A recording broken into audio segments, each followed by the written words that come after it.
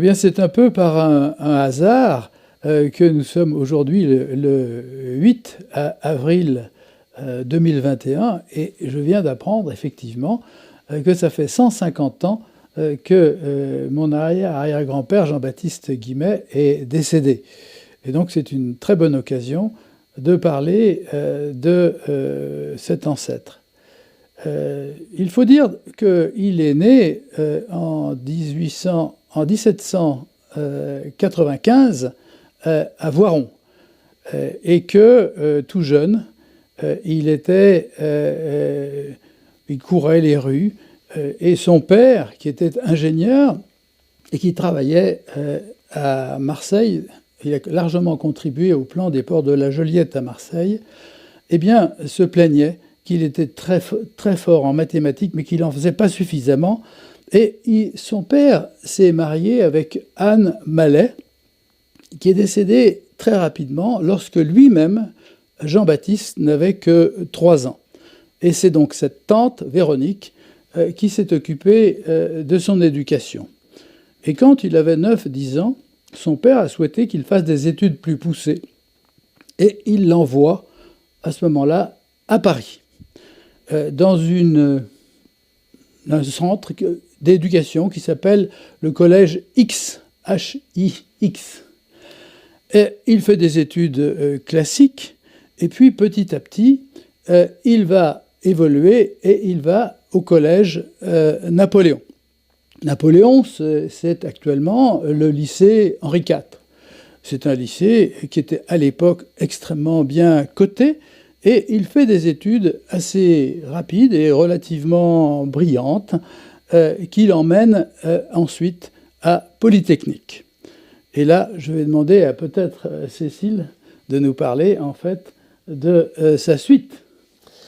Alors, à l'école polytechnique, Jean-Baptiste Guimet suit des études. Il se spécialise en mathématiques et il se spécialise aussi en chimie.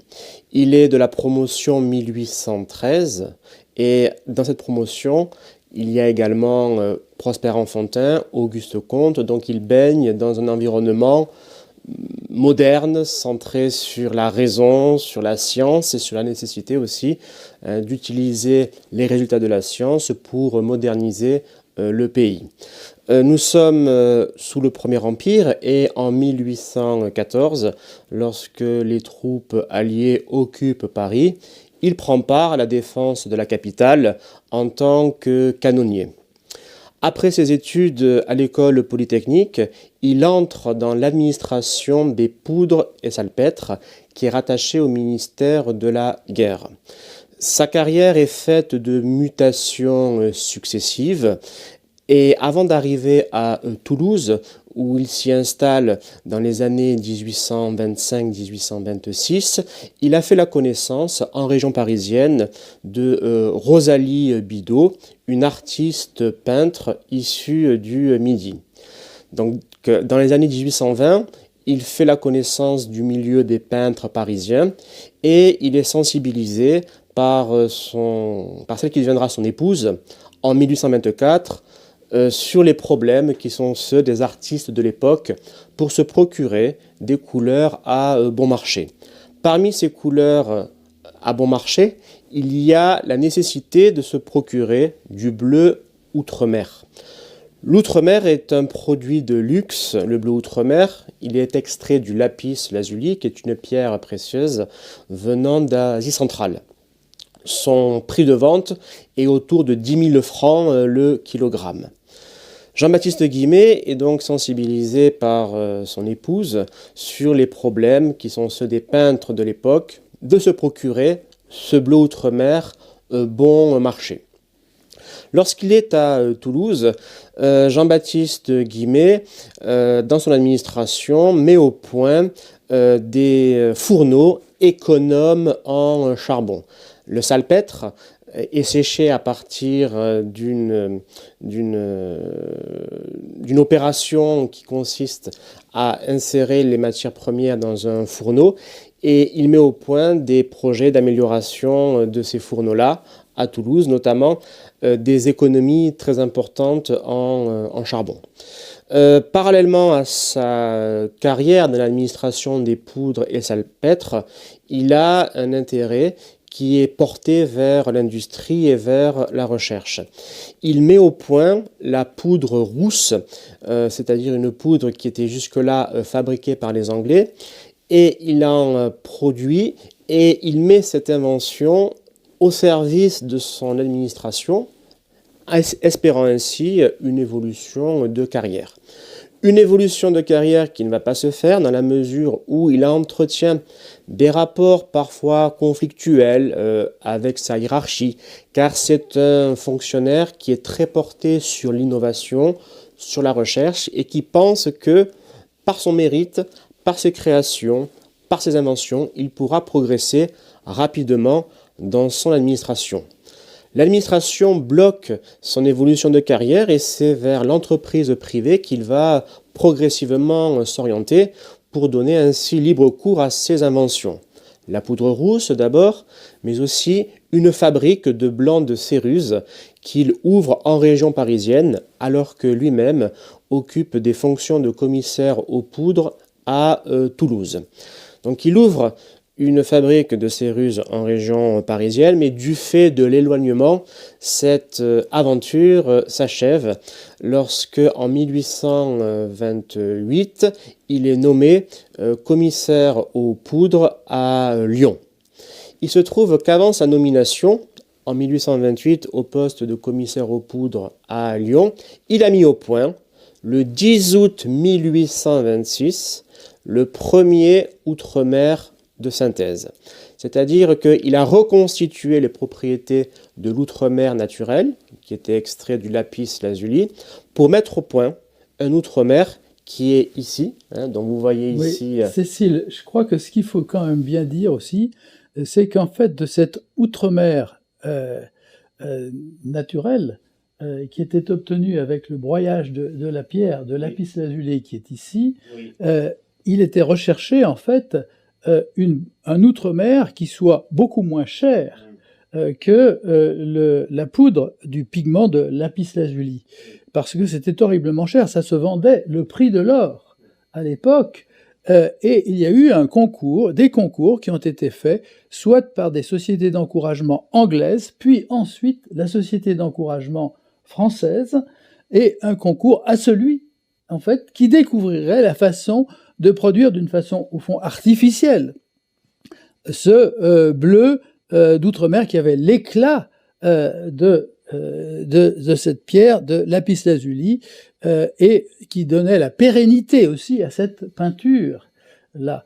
Et c'est pour cela qu'il a fait ce concours, et justement, grâce à la demande, en quelque sorte, de sa femme peintre elle-même, dont la famille était originaire de Carpentras, et donc elle-même était lyonnaise quand même, et donc qu'il a, à ce moment-là, fait ses recherches parce que, en fait, il était tellement amoureux de sa femme que véritablement il a cherché à diminuer, en fait, les coûts de sa peinture, et c'est pour cela qu'il a été très enclin à concourir à ce prix. Et c'est à ce moment-là que tu disais très justement qu'il a gagné ce prix.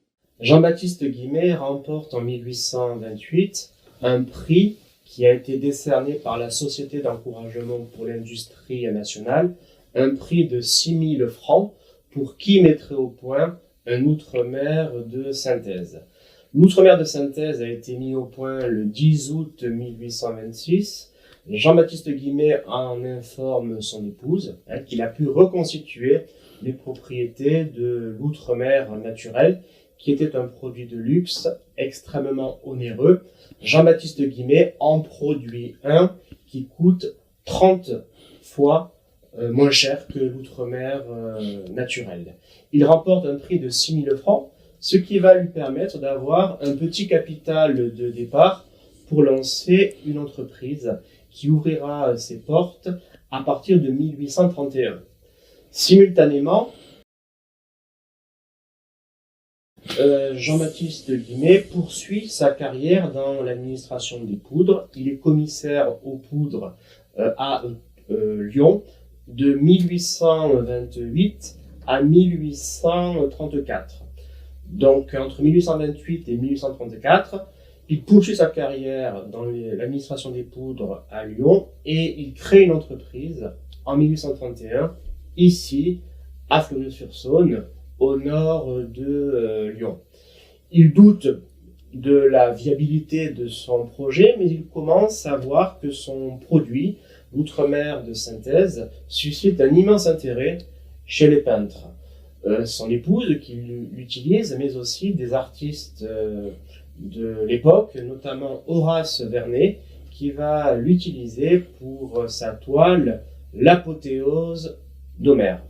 Une autre toile aussi qui porte la marque de l'outre-mer Guimet, c'est la bataille de Fontenoy. Donc un usage qui se fait chez les peintres parisiens, et puis Jean-Baptiste Guimet se rend compte qu'en modifiant quelques-unes des propriétés de son outre-mer artificiel, il peut produire un bleu pour d'autres clientèles. La clientèle des papetiers, la clientèle des fabricants d'encre, et puis la clientèle textile qui utilisera le bleu Guimet pour azurer les fibres de laine ou fibres de soie. Donc à partir de 1831, il lance son entreprise ici au nord de Lyon, à Fleury-sur-Saône, où nous sommes, et il se rend compte que cette entreprise devient de plus en plus florissante. Il s'associe avec son beau-frère, Louis Bidot, polytechnicien comme lui. Il est de la promotion Louis Bidot 1826, et ensemble, ils vont développer l'entreprise, acheter des parcelles de terrain autour de la Saône et agrandir considérablement l'usine qu'ils ont créée. Cette usine voit sa production augmenter très fortement et place ainsi l'entreprise Guimet en 1850 comme le leader sur le marché français de l'outre-mer. Elle détient une position de monopole sur ce produit entre 1831 et 1871, année du décès de Jean-Baptiste Guimet, le fondateur de l'entreprise. 24, c'est le mariage à Paris. Et en 26, il est à Toulouse. Et en 26, il part à Toulouse. Mais entre-temps, sans sa femme. Sans sa femme, son épouse. Entre-temps, il a eu beaucoup de mutations. Et entre-temps, quand il sort de Polytechnique, il a beaucoup de mutations, dont une au Pas-de-Calais, dans le Pas-de-Calais, où il découvre la poudre rousse qui se fait voler. C'est ça. Et puis ensuite, il revient à Paris. Oui. Et là, à Saint-Denis, il monte une entreprise qui est l'entreprise de la poudre rousse. Oui. Non, de l'entreprise du blanc de Céruse avec un copain. Exactement, parce que la poudre rousse, il a... Et il part après, et il s'aperçoit, en fait, et cette entreprise de blanc de Céruse dépose le bilan au bout de 4 à 5 ans, et il se dit, il faut absolument que je reste présent au contact de mon entreprise physiquement. Exactement. Et c'est donc dans une certaine logique qu'il veut véritablement. Et de ces deux échecs-là, on va dire, il va tirer des conséquences qui vont faire qu'il va réussir son projet industriel de création de la fabrication du bleu Guimet. Exactement, qui correspond à sa troisième tentative. La première tentative, la poudre rousse, il était, disons, pas naïf, mais il a mis cette invention au service de son administration, pensant qu'il aurait une évolution de carrière. Or, cette invention a été captée par sa hiérarchie, qui ne l'a pas fait évoluer et qui se l'est pris pour lui. Voilà, l'administration. C'est un haut fonctionnaire qui a capté l'administration pour son propre bénéfice. Le blanc de Céruse, oui, comme tu l'as dit, l'éloignement géographique du fait qu'il se retrouve à Toulouse et que ses copains étaient à Paris. Mais ce qu'il y a, c'est qu'on n'a pas, moi, j'ai pas retrouvé dans les archives la fin de l'histoire, en fait. Je sais que ça a fermé, mais j'ai pas vu un dépôt de bilan, ni une brouille peut-être avec des amis de l'époque. Ça disparaît un petit peu. Et après, il y a le moment où il est nommé à Lyon, commissaire aux poudres, et là, ce moment dont tu parles, qui est fondamental, en 1831, où, ayant la responsabilité des poudres, qui servaient pour armer les canons, il déverse le contenu de celles-ci dans la Saône et dans le Rhône pour éviter qu'elles ne tombent aux mains des insurgés, mais qu'elles ne servent aussi à la répression. C'est-à-dire qu'il adopte par rapport au contexte de l'époque une position de fonctionnaire neutre qui refuse précisément que ces poudres soient utilisées aussi bien pour les insurgés, les canuts, que pour servir aussi à la répression incarnée à l'époque par Louis-Philippe. Après ce fait-là, en 1831, Louis-Philippe cherche à l'élever au rang de chevalier de la Légion d'honneur pour son acte héroïque, le fait qu'il ait déversé les contenus de poudre dans la Saône et dans le Rhône, et il refuse, considérant comme indigne le fait d'être élevé au rang de chevalier de la Légion d'honneur dans le cadre d'une révolte sociale. Donc il va avoir un moment de vive popularité dans la ville de Lyon, aussi bien auprès des insurgés qu'auprès des camps un peu plus conservateurs. Il va avoir une carrière politique ici à Fleury-sur-Saône, où il est conseiller municipal, puis il entrera au conseil municipal de Lyon, dans la municipalité du docteur Terme. Il va avoir une carrière politique de conseiller municipal entre 1843 et 1848, et il va s'illustrer notamment au sein de la section des jardins, des plantes et de l'approvisionnement en eau. Il va remettre un rapport sur l'approvisionnement en eau potable de la ville de Lyon, préconisant l'usage des eaux du Rhône pour alimenter la population en eau potable. En 1848, ce qui se produit, c'est qu'il y a une révolution parisienne qui éclate en février et qui a des conséquences ici à Lyon, où l'on passe d'une municipalité orléaniste à une municipalité républicaine. Lui-même était proche des milieux politiques orléanistes. Il est écarté comme beaucoup de conseillers municipaux de l'époque et il retrouvera ensuite un rôle politique sous le Second Empire. Il a fait prospérer son entreprise à partir du bleu outre-mer artificiel qui est composé de différentes matières premières, la soude et le kaolin. La soude et le kaolin, ce sont les matières premières principales du bleu outre-mer artificiel ou bleu guillemets qui sont déposées dans des pots ou des creusets, lesquels sont portés à très haute température. Donc il faut des quantités assez importantes de charbon pour procéder à la crémation de ces matières premières. Puis, lorsque ces matières premières, kaolin et soude, sont portées à très haute température, des couleurs apparaissent et il faut avoir un tour de main pour interrompre la température et pour ramener la température très élevée à une température ambiante. Et ainsi, différents types de bleus peuvent être produits. Le bleu d'outre-mer artificiel est destiné en priorité aux peintres, mais il produit aussi d'autres bleus pour les papetiers et il compte parmi ses clients les papeteries Canson qui se trouvent à Annonay. Le papier Canson. Canson et Montgolfier. Et Montgolfier. Et Montgolfier. Les Montgolfiers sont très connus et c'est effectivement là.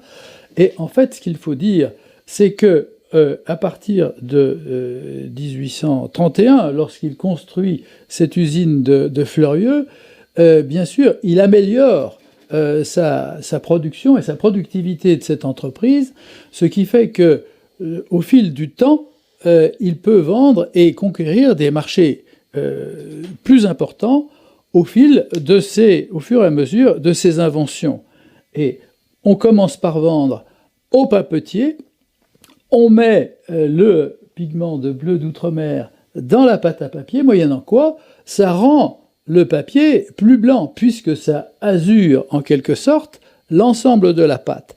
La pâte normale sort normalement jaune, c'est la raison pour laquelle un grand nombre de livres, le plus grand nombre des livres sont jaunes historiquement, mais grâce à cette invention et grâce à cette transformation, puisqu'il y remplace le cobalt, je crois. Le bleu de cobalt, oui. Le bleu de cobalt. Et bien, grâce à cela, le papier devient blanc. Le papier devient blanc. Ce qui est blanc est propre. Ce qui est blanc est luxueux. Et donc, ça se vend plus facilement. Et c'est la raison pour laquelle il va augmenter ses ventes auprès de ses papetiers. Et au fil du temps, à partir de ces améliorations de productivité, en 1840, il va accéder au marché du blanchissement du linge, et qui devient à ce moment-là de plus en plus important. Et par exemple, à Lyon, il y a des blanchisseurs qui sont connus. Dans la périphérie de Lyon, il y a quelquefois des gens, 800 blanchisseries. Et c'est à ce moment-là qu'il va encore développer un peu plus ses ventes. Ces ventes, avec ces petits sachets-là, viennent après, vers les époques de 1850, directement dans les foyers familiaux. Il va ainsi faire du bleu guimet un bleu de consommation populaire, très présent dans le quotidien des Françaises et des Français, sous la forme de l'azurage du linge, pour rendre le linge plus blanc que blanc, mais aussi dans la production de l'encre. L'encre des écoliers, qui est faite à base de bleu guimet et qui intègre le quotidien des familles françaises, faisant de ce bleu un produit très populaire, qui va ensuite être appuyé par une réclame qui va mettre en scène l'usage du bleu guimet dans les gestes quotidiens de la vie, chez les blanchisseuses, chez les lavandières, chez les écoliers, chez les papetiers. Donc tout un ensemble de personnes, de professionnels, mais aussi de particuliers qui vont faire de ce bleu un usage quotidien. Il se trouve que le bleu guimet occupe une position monopolistique.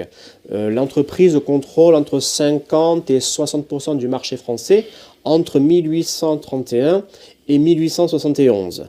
C'est une entreprise qui va devoir faire face à une concurrence franco-française, notamment le bleu des champs, qui est produit en Lorraine et qui va avoir cette spécificité, le bleu des champs, de conquérir aussi le marché des papetiers. Car il y avait un léger défaut dans le bleu guimet d'origine, c'est qu'au contact de l'alun, qui est une matière chimique contenue dans la pâte à papier, le bleu guimet avait parfois tendance à déteindre, ou en tout cas à devenir beaucoup plus clair. Les Deschamps ont réussi à mettre au point un bleu capable de résister à l'alun, c'est-à-dire à cette matière chimique que les papetiers utilisaient. Ce qui fait que la position de l'entreprise va un petit peu s'amoindrir dans les années 1870 au contact de l'entreprise Deschamps, qui était le principal concurrent de la famille Guimet en France. Sur les marchés internationaux, le bleu guimet remporte un certain succès. Dans les années 1830-1840, il est très demandé en Angleterre, en Autriche, en Allemagne et en Belgique. Mais il se trouve que nous sommes dans un contexte économique qui est celui du protectionnisme. Le bleu guimet est frappé de droits de douane très importants dans les années 1830-1840, ce qui va conduire Jean-Baptiste Guimet à défendre des thèses libre-échangistes ici à Lyon, et il épouse ainsi les préoccupations qui sont celles du patronat soyeux de l'époque, qui est très attaché à la défense du libre-échange. Jean-Baptiste Guimet va être l'un des actionnaires du Courrier de Lyon, qui est un journal local qu'il fonde avec Arlès Dufour, grand patron soyeux, pour défendre les idées de libre commerce et de libre-échange. Car ces produits sont très demandés en Autriche, en Allemagne et en Angleterre, mais ils sont frappés par des droits de douane très importants. Ce qui va conduire à une politique commerciale qui va être orientée vers les grands marchés d'Afrique du Nord. En 1830, la France s'installe en Algérie. En 1880, elle s'installe en Tunisie. Et voyant que les marchés d'Europe du Nord sont verrouillés par des droits de douane, Jean-Baptiste Guimet va orienter la politique commerciale de son entreprise vers le marché colonial. Il n'y a pas que les droits de douane qui vont effectivement permettre une orientation sur le sud de l'Europe et sur les nouvelles colonies.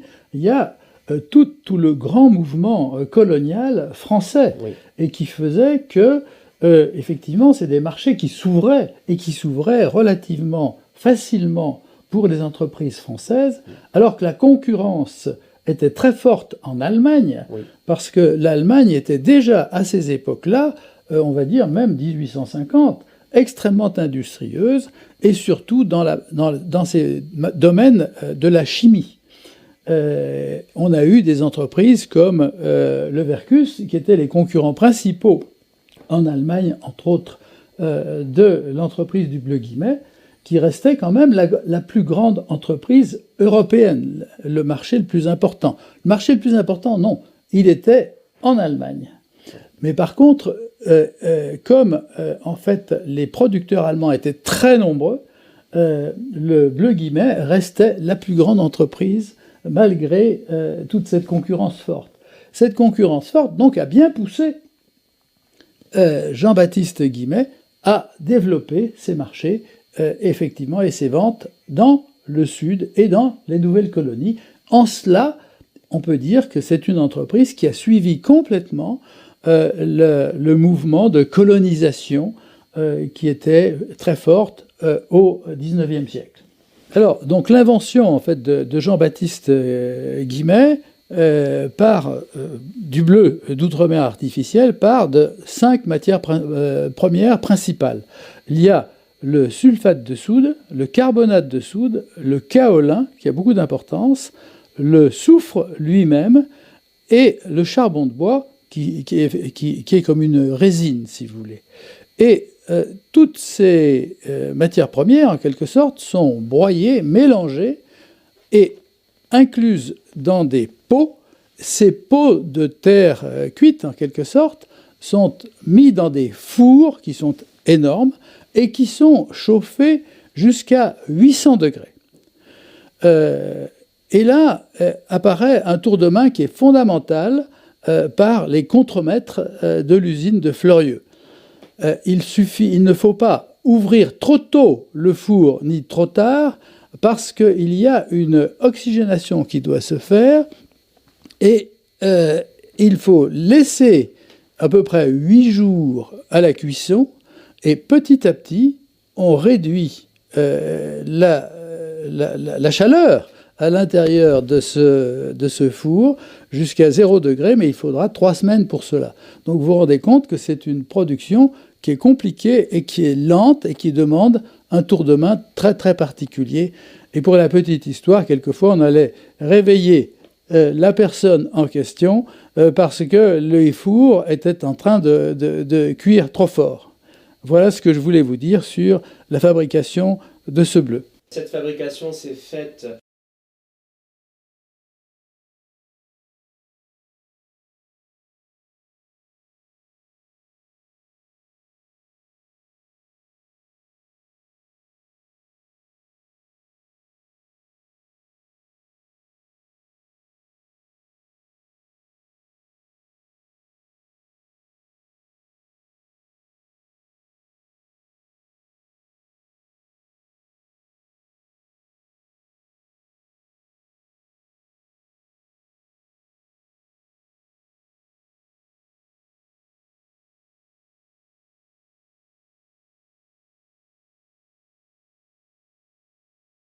à Lyon en tant que conseiller municipal de la ville sous la monarchie de Juillet. Il va orienter la politique commerciale de l'entreprise vers les marchés d'Afrique du Nord. Il va être extrêmement sensible à la problématique des transports. C'est sous le Second Empire que la ligne de chemin de fer, le PLM, le Paris-Lyon-Méditerranée, est achevée. Cette ligne de chemin de fer unit Paris, construction de la gare de Lyon, la gare de Perrache, qui est construite pour l'occasion à Lyon, et la gare Saint-Charles à Marseille. Il se trouve que le premier président du PLM est un polytechnicien, Paulin Talabot, que Jean-Baptiste Guimet connaît très bien. Il va être l'un des actionnaires du Paris-Lyon-Méditerranée, car il voit dans cette infrastructure moderne une façon de transporter son bleu jusqu'à Marseille. Et c'est à travers la compagnie de navigation mixte que Jean-Baptiste Guimet va pouvoir commencer l'exportation des produits de l'entreprise vers les marchés méditerranéens, notamment vers l'Algérie. Il s'associe pour cela à la famille Pastré, qui est l'une des plus importantes familles marseillaises du Second Empire, qui a fondé notamment la Société marseillaise de crédit. Et Jean-Baptiste Guimet est tantôt président de la compagnie de navigation mixte, tantôt administrateur, en lien avec les milieux d'affaires marseillais. Pourquoi parle-t-on de compagnie de navigation mixte? Parce que c'est une navigation qui alterne tantôt la force éolienne, tantôt la force motrice, c'est-à-dire la machine à vapeur. Il se trouve que les incendies sont souvent nombreux sur ces navires et pour prévenir le risque d'incendie à bord, les marins changent le mode de navigation, c'est-à-dire qu'ils ouvrent les voiles quand ils sentent qu'ils n'ont plus le contrôle de la machine à vapeur qui permet au navire d'avancer. Il oriente ainsi la politique de l'entreprise vers les marchés d'Afrique du Nord, alors qu'à ce moment même, en Europe, les industriels allemands mettent au point des bleus d'outre-mer de qualité, parfois de qualité un peu supérieure à ceux des bleus guillemets. Pourquoi? Parce que le milieu géologique allemand est servi par des kaolins de qualité. Les kaolins du Palatinat sont des kaolins de très grande qualité, alors que les kaolins dont se fournit l'entreprise Guimet sont des kaolins de l'Allier et qui sont de qualité un peu moindre. Ce qui fait que le rendu est souvent un peu meilleur s'agissant des bleus allemands par rapport aux bleus Guimet, aux bleus français.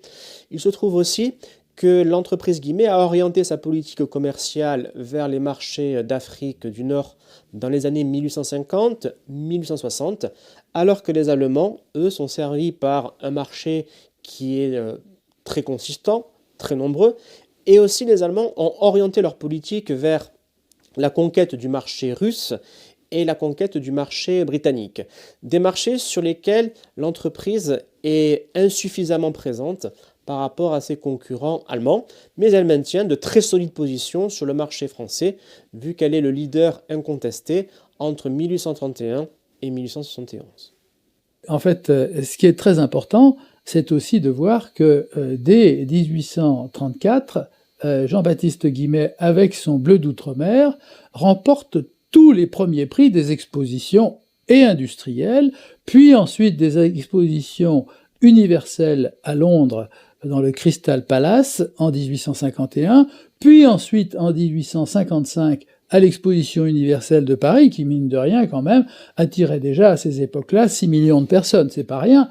Et donc il était, et quelquefois même, il était tellement bon, son bleu était tellement de bonne qualité, qu'il ne participait pas, parce qu'il était membre du jury des autres. Et il y avait un grand nombre d'Allemands, puisque 80 entreprises allemandes produisaient du bleu d'outre-mer. Et ce qui fait que en France, l'entreprise Guimet, où il y avait 7 ou 8 entreprises, pas plus, était véritablement le leader mondial, puisque le marché était très atomisé, spécialement en Allemagne. Et le marché allemand était un marché très atomisé, avec beaucoup de producteurs, une concurrence qui finalement poussait les industriels allemands à se dépasser les uns les autres, à aller sur les marchés extérieurs, en Angleterre et en Russie. Ce qu'il faut aussi noter dans le cadre de la chimie allemande, c'était que c'était une industrie très fortement soutenue par la banque. On a pu voir dans les archives familiales que les Allemands parfois vendaient à perte, précisément pour s'installer sur un marché, et qu'ils étaient soutenus en cela par leur système bancaire, alors que le système bancaire lyonnais était plutôt réticent à ce que l'entreprise Guimet puisse écouler à perte certains de ses produits pour remporter certains marchés.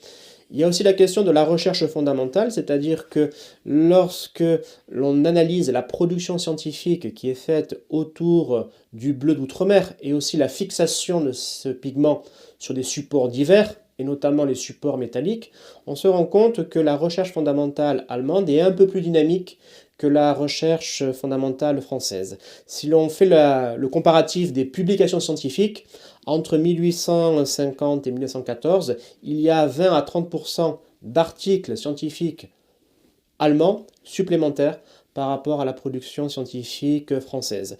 Et cela, Jean-Baptiste Guimet, Émile Guimet et les ingénieurs centraliens qui l'ont aidé à développer l'entreprise en sont parfaitement conscients. Ils sont conscients de la concurrence, ils sont conscients de l'importance que prend la chimie allemande avant la Première Guerre mondiale, et ils optent pour un repli stratégique sur le marché colonial, tout en ne perdant pas à l'esprit l'idée que les relais de croissance sont souvent beaucoup plus forts en Europe, où ils sont présents, mais de façon moindre du fait que la chimie allemande est très fortement soutenue par la banque. J'ai trouvé dans les archives, effectivement, quelque chose de tout à fait intéressant concernant l'évolution de l'outre-mer artificiel et de ses prix à l'époque de Jean-Baptiste Guimet. Le prix de l'outre-mer naturel à l'origine était de 5000 francs le kilo de bleu. En 1876, le prix moyen de l'outre-mer artificiel devient 2 francs le kilo. Vous voyez la différence qu'il y a. Et ce qu'il y est écrit là en dessous, ainsi cette belle et précieuse couleur qui rend de si grands services aux beaux-arts et à l'industrie est devenue 2000 fois moins chère et sa consommation est 5 millions de fois plus considérable. Ce document permet de voir en fait le développement et au fond l'évolution phénoménale de cette entreprise du Bleu Guimet et de cette découverte de Jean-Baptiste Guimet. On est passé d'une consommation qui était limitée à celle des peintres, puis avec l'effondrement du prix de vente, les papetiers et ensuite les blanchisseurs. Donc cet effondrement a été rendu possible grâce aux gains considérables de productivité. L'entreprise Guimet augmente considérablement sa productivité, ce qui permet d'impacter cette productivité-là sur le prix de vente et aussi dans la recherche de matières premières qui se font à prix bas. Et c'est l'une des raisons pour lesquelles il a permis à un jeune ingénieur centralien qui s'appelait Henri Merle de lancer une entreprise de soude en Camargue qui va ensuite devenir, par des évolutions successives, non plus un fournisseur en soude, mais le premier fabricant européen et mondial d'aluminium. Je vais donc continuer à vous montrer quelques documents publicitaires. À l'époque, on dit ça plutôt des réclames. Ici, vous avez Jean-Baptiste Guimet, inventeur de l'outre-mer artificiel en 1826. On souligne toujours 1826, n'est-ce pas? Parce que effectivement, il a été précurseur dans ce domaine. Et puis ici, vous avez quelque chose qui est peut-être plus difficile à voir, mais en fait, c'est Jean-Baptiste Guimet avec une publicité pour l'Asie et pour le Japon. Ici, vous avez une publicité pour l'Angleterre, le Guimet's Blue, vous voyez, ici. Et puis, vous avez aussi une autre réclame, on va dire. Il y a énormément d'affiches comme cela, qui sont des affiches très très jolies de Bleu Guimet, où vous voyez le côté artistique de la présentation. Il y a bien sûr d'autres choses, d'autres publicités à mettre sur les boîtes de destination, et chaque boîte de destination, par exemple pour les droguistes, eh bien il y a une étiquette par droguiste. Le nom du droguiste figure sur l'étiquette qui est collée sur la boîte qui lui est expédiée. Et puis là, vous avez une étiquette aussi concernant effectivement Émile Guimet, qui est le fils et continuateur de l'entreprise de Jean-Baptiste Guimet, Émile Guimet Lyon. Vous avez place de la Miséricorde, c'est la place Tobie-Rebatel, c'est effectivement un des sièges fondamentaux de l'entreprise du Bleu Guimet. Et en dessous, on met usine à Fleurieux-sur-Saône. En fait, ce qu'il faut aussi bien comprendre, c'est que Jean-Baptiste Guimet est sans arrêt en train de rechercher l'amélioration de la qualité de ses produits. Et l'amélioration de la qualité des produits commence par l'amélioration de ses matières premières. Et dans ces matières premières, il y a entre autres la soude. Et à ce moment-là, arrive Henri Merle, un jeune ingénieur qui cherche à monter une entreprise de soude, pourquoi pas à Salindre dans le sud de la France, et qui côtoie Jean-Baptiste Guimet, très connu à Lyon en 1855. Il est un élu politique important et d'autre part, il a fait fortune. Donc, il vient le voir en lui faisant une proposition de construction à Salindre d'une entreprise qui produira la soude, justement, et toute une partie de ses produits de matières premières pour l'entreprise de Fleurieux. Jean-Baptiste Guimet le finance, fait un tour, pour trouver d'autres financeurs que lui, et il est président de cette société, pour faire court, qui s'appellera Produits chimiques d'Alès et Camargue, PCAC. Cette société accueillera en 1855 et 1860 plutôt les découvertes de Henri Sainte-Claire de Ville, qui ne sont autres que les premiers pas de l'aluminium en France.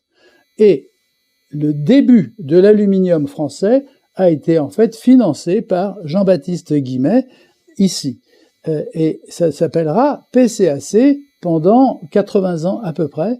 Et pendant 80 ans, PCAC deviendra leader européen de la production d'aluminium. Ça se transformera plus tard ça changera le nom qui deviendra Péchinet. Mais donc c'est important quand même de dire que en fait la bonne vision de Jean-Baptiste Guimet sur des perspectives industrielles et sa recherche sans arrêt de l'amélioration de sa production. Oui, c'est vrai qu'il prend un rôle ensuite de banquier et d'investisseur à un moment où le crédit bancaire en France est très peu structuré. Comme l'a très bien dit Hubert, c'est lui qui finance les activités de Henri Merle pour lui fournir de la soude à bon marché. On est à une époque où les grandes banques de dépôt n'ont pas encore pris racine en France. Le Crédit Lyonnais apparaît en 1863, la Société Générale en 1864. Et lorsque des ingénieurs ont des projets, eh bien ils se tournent vers des industriels déjà établis, ayant fait leurs preuves. Et en ce sens, Jean-Baptiste Guimet a été un investisseur qui a remplacé d'une certaine façon les établissements bancaires français qui étaient inexistants ou peu présents en France dans les années 1850. Il a pris le pari de Henri Merle, dont il a soutenu les projets.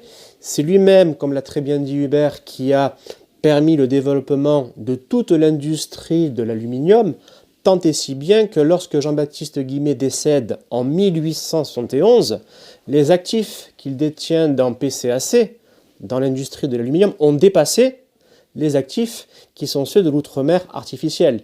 Donc il a vu que cette mutation technologique à l'œuvre allait d'une certaine façon effacer, au moins partiellement, l'industrie du bleu, vu que les perspectives offertes par l'aluminium ont été considérables et beaucoup plus importantes, vu que dans la fortune du fondateur de l'entreprise Guimet, les actifs de l'aluminium ont dépassé ceux de l'outre-mer. Après le décès de Jean-Baptiste Guimet en 1871, il a un fils, Émile Guimet, qui reprend la société et qui, sans être véritablement polytechnicien comme lui-même, est suffisamment intelligent pour continuer l'entreprise jusqu'à sa mort, en quelque sorte, en 1918. Son fils, Jean Guimet, reprend l'activité en 1900 et essaye effectivement de redéployer l'activité sur le plan international en construisant des usines, on va dire en délocalisant, construisant des usines au plus près de la consommation, on va dire en Hollande, en Belgique, entre autres, et même en Russie, à Saint-Pétersbourg. Il décède d'une façon accidentelle en 1920. Mon père, à ce moment-là, n'a que 12 ans, et l'entreprise continue son activité, mais véritablement sans avoir de recherche et développement suffisante pour lui permettre de lutter dans ces domaines.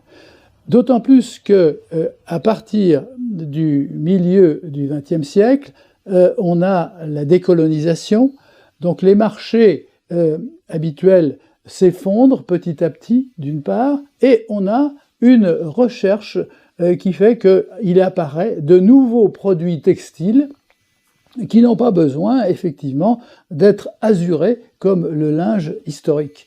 Et donc ces compétitions-là ont fait que l'entreprise, petit à petit, a décliné, et mon père a vendu cette entreprise à une société qui s'appelle Reckitt & Coleman en 1963, exactement. Et le bleu, actuellement, continue et se produit toujours sur une entreprise qui est près de Lille, à Comines, mais c'est une entreprise américaine. On a été très synthétique, on a parlé de son rôle politique en 1831, le fait qu'il était conseiller municipal du préfet Vaïs, qui a été le préfet du Rhône, qui a considérablement modernisé la ville de Lyon, vu qu'il présidait le conseil municipal de 1853 à 1864. Et dans ce conseil municipal, Jean-Baptiste Guimet tient un rôle éminent. Il est proche également dans ce conseil municipal de Arlès Dufour, qui est un grand patron soyeux qui a fondé le Crédit Lyonnais en 1863 et qui a été à l'origine, Arlès Dufour, du traité de libre-échange avec l'Angleterre en 1860, mouvement en faveur de la fin des droits de douane que Jean-Baptiste Guimet a toujours appuyé dans le cadre d'un périodique qu'il a financé qui s'appelait Le Courrier de Lyon. Alors, nous sommes en face du premier moulin de fabrication du bleu d'outre-mer par Jean-Baptiste Guimet lorsqu'il a fait ses premières inventions en 1826. Je vais essayer de le tourner, mais maintenant, ça fait longtemps qu'il n'a pas tourné. Voilà. Et c'est à l'intérieur de ce creuset-là qu'on mettait les 5 matières premières nécessaires pour fabriquer ce bleu.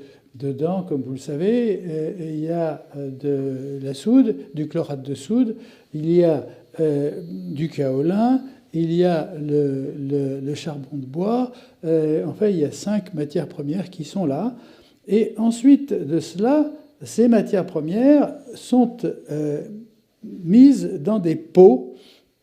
Et là, on est plus avec ces pots qui sont ici, dans une fabrication industrielle, vous l'avez compris.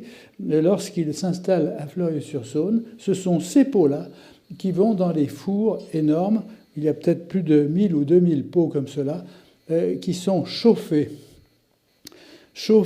pendant environ 8 jours à 800 degrés. Et c'est cette matière première qui, une fois chauffée, va brûler. Et le tour de main, en fait, du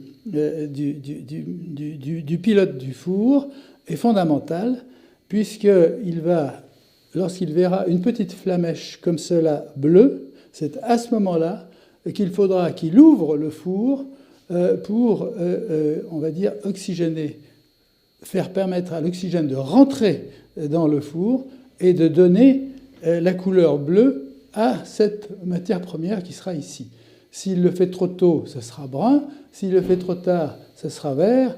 Ces gens-là étaient très précieux. On allait même les réveiller la nuit pour faire l'ouverture des fours. Vous voyez comme cette opération était plus délicate que le purement et simplement mélange et cuisson de cette matière première.